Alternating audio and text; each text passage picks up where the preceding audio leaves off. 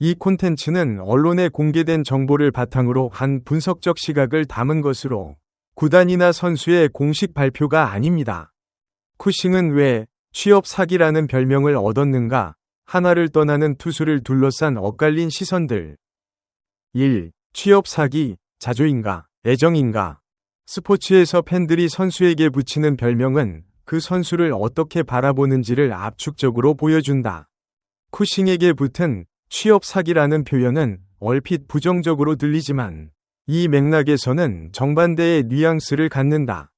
계약 조건에 비해 지나치게 많은 것을 쏟아냈다는 일종의 황당함과 고마움이 뒤섞인 표현이다. 6주 9만 달러. 외국인 선수 계약 기준으로는 단기 임시직에 가까운 조건이다. 그런데 쿠싱은 입국 직후 시차 적응도 없이 훈련에 뛰어들었고 한 달도 안 되는 기간에 불펜 투수로서는 소화하기 쉽지 않은 이닝 수를 기록했다. 들이 이것을 두고 저 정도면 계약 조건 대비 너무 많이 일한 것 아니냐는 반응을 보인 것은 자연스럽다. 문제는 이 반응이 단순한 농담으로 끝나지 않는다는 점이다. 팬들 사이에서는 쿠싱이 저렇게 많이 던졌으면 팔은 괜찮은가? 단기 계약이 끝난 뒤 몸 상태가 어떨지 걱정된다. 는 진지한 우려도 함께 나오고 있다. 웃음과 걱정이 공존하는 이 반응 자체가 쿠싱이 하나 팬들에게 얼마나 빠르게 정서적으로 가까워진 선수가 됐는지를 보여준다. 2. 숫자가 말하는 것과 말하지 않는 것.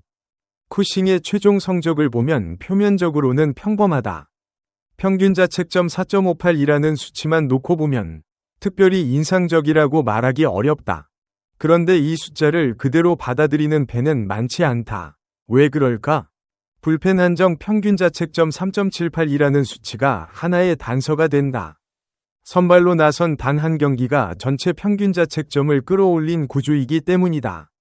여기에 더해 쿠싱이 어떤 상황에서 등판했는지를 같이 들여다보면 숫자의 맥락이 달라진다. 팀의 불펜 상황이 흔들리던 시점, 세이브 상황이 아니어도 나와서 이닝을 먹어줘야 했던 순간들, 선발이 일찍 내려오면 7회부터 2이닝 이상을 소화해야 했던 등판들이 그 뒤에 있다. 그러나 이 지점에서 일부 팬들은 다른 질문을 던진다. 그게 정말 팀에 도움이 됐는가? 가 아니라 그 상황을 만든 팀 운용이 적절했는가? 라는 질문이다. 쿠싱 개인의 헌신을 평가하는 것과 그를 그렇게 기용한 구단의 판단을 평가하는 것은 다른 문제다. 이 두 가지를 혼동하지 않는 시각이 필요하다는 의견도 팬 커뮤니티에서 꾸준히 제기된다. 3. 한화 팬들이 쿠싱을 기억하는 방식, 성적 너머의 인상. 팬들이 선수를 기억할 때 성적만을 기준으로 삼지 않는다는 사실은 야구 문화 전반에서 반복적으로 확인된다. 쿠싱의 경우도 마찬가지다. 입단 직후 시차도 무시하고 훈련에 합류하는 모습, 팀 유튜브 채널 인터뷰에서 어떤 역할이든 팀이 필요하면 한다고 담담하게 말한 태도. 마지막 등판에서도 퍼펙트 이닝을 기록하고 조용히 유니폼을 벗게 된 마무리까지. 이 모든 장면들이 하나의 이미지로 모인다. 한화 팬들 사이에서는 결과보다 태도가 인상적이었다는 반응이 줄을 이룬다. 특히 짧은 계약 기간 동안 자신의 이익보다 팀의 필요를 앞세운 것처럼 보이는 행동들이 긍정적인 인상을 남겼다. 반면 냉정한 시각도 있다. 프로 선수는 결국 성적으로 평가받아야 하며 태도와 헌신은 보완적 요소일 뿐이라는 관점에서 쿠싱의 체류를 바라보면 15경기 소화라는 수치가 팀 성적에 얼마나 실질적인 영향을 미쳤는지는 별도로 따져봐야 한다. 한화가 이 기간 동안 좋은 성적을 거뒀다면 그 기여도가 더 선명하게 보였겠지만 팀 전체의 투수진 상황이 어지러운 가운데 쿠싱 한 명이 역할을 분리해 평가하는 것은 쉽지 않다. 4. LG 팬들이 쿠싱을 주목하는 이유, 타팀 팬의 시선. 쿠싱이 한화를 떠난다는 소식이 전해지자 가장 활발하게 반응을 보인 것은 오히려 LG 트윈스 팬들이다. 이 반응은 단순한 화제성이 아니라 LG 불펜이 처한 구체적인 상황에 대한 불안에서 비롯된다. 치리노스가 부진과 부상으로 자리를 비운 상황에서 LG는 뒷문을 책임질 투수를 찾아야 하는 압박에 놓여 있다. 손주영을 마무리로 전환하는 결정이 내려진 것 자체가 이 압박의 무게를 보여준다. 이런 상황에서 KBO 무대에서 이미 검증된 투수가 자유계약 선수로 풀린다면 팬들의 관심이 쏠리는 것은 당연하다. LG 팬들 사이에서는 크게 두 가지 시나리오가 논의된다.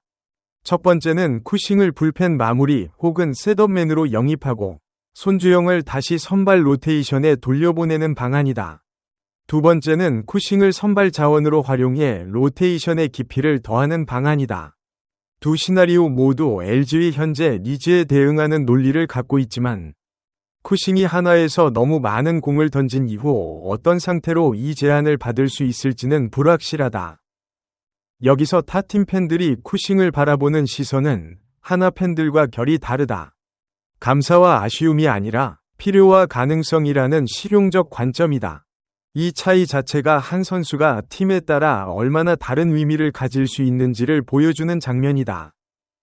5. 쿠싱의 몸 상태. 팬들이 말하지 않지만 말하는 것. 쿠싱을 둘러싼 논의에서 표면적으로 드러나지 않지만 실제로는 많은 팬들이 공유하는 우려가 있다. 단기간의 고강도 기용이 선수의 몸에 남길 수 있는 영향이다. 단기 계약 선수가 팀 사정상 혹독한 일정을 소화하는 것은 KBO에서 낯선 장면이 아니다. 그러나 그 이후 해당 선수의 상태가 공개적으로 추적되는 경우는 많지 않다. 계약이 끝나면 선수는 팀을 떠나고 팬들의 시야에서 사라진다. 쿠싱이 만약 다른 팀으로 이동한다면 그 몸 상태가 자연스럽게 확인되겠지만 그렇지 않다면 이 질문은 답을 얻지 못한 채 남겨진다. 이 지점에서 일부 팬들은 구조적인 문제를 제기한다. 단기 임시 계약 선수를 팀의 필요에 따라 최대한 활용하는 것이 구단 입장에서 합리적인 판단이라 해도 선수의 장기적인 커리어에 부담을 줄 수 있는 기용 방식이 정당화되는지에 대한 물음이다. 이것은 쿠싱 개인에 대한 문제를 넘어 KBO의 단기 외국인 선수 운용 방식 전반에 대한 질문으로 확장된다. 6. 세 가지 가능한 다음 장면, 열린 결말. 쿠싱의 한국 생활이 이것으로 끝날지 아니면 다른 형태로 이어질지는 아직 정해지지 않았다. 현재 상황에서 가능한 방향을 크게 세 가지로 생각해 볼 수 있다. 첫 번째는 귀국 후 휴식을 취하며 다음 시즌을 준비하는 방향이다. 단기 계약이 끝난 뒤 선수가 곧바로 다른 팀과 계약하지 않고 리셋하는 선택을 하는 것은 드문 일이 아니다. 쿠싱이 이미 충분한 공을 던진 상태라면 이 선택이 가장 몸에 이로울 수 있다. 두 번째는 LG를 포함한 타구단과 계약하는 방향이다. 올 시즌부터 부상 대체 외국인 선수의 웨이버 공시 절차가 사라졌기 때문에 계약 타이밍의 물리적 장벽은 낮아졌다. 만약 쿠싱이 자신의 몸 상태에 자신이 있고 팀도 빠른 기여를 기대한다면 이 시나리오는 현실적이다. 그러나 한화에서의 고강도 일정 이후 충분한 회복 없이 바로 등판을 이어갔을 때의 리스크는 선수 본인이 가장 잘 알고 있을 것이다.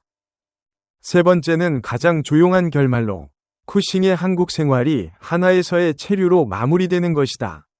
팬들의 기억 속에 좋은 인상을 남긴 채 떠난 선수로 기록되는 것도 커리어의 한 챕터로서 나쁘지 않은 마무리다. 어느 방향이 현실이 될지는 쿠싱 본인의 판단과 관심을 보이는 구단의 판단이 교차하는 지점에서 결정된다. 외부에서 이것을 예측하기는 어렵고 그 예측이 정확하다는 보장도 없다. 여러분은 쿠싱의 한국 생활이 여기서 마무리된다고 생각하시나요? 아니면 다른 팀에서 다시 만날 수 있을 거라고 보시나요? 또 이렇게 단기 계약 선수를 고강도로 기용하는 방식에 대해서는 어떻게 생각하시는지 댓글로 이야기 나눠주세요.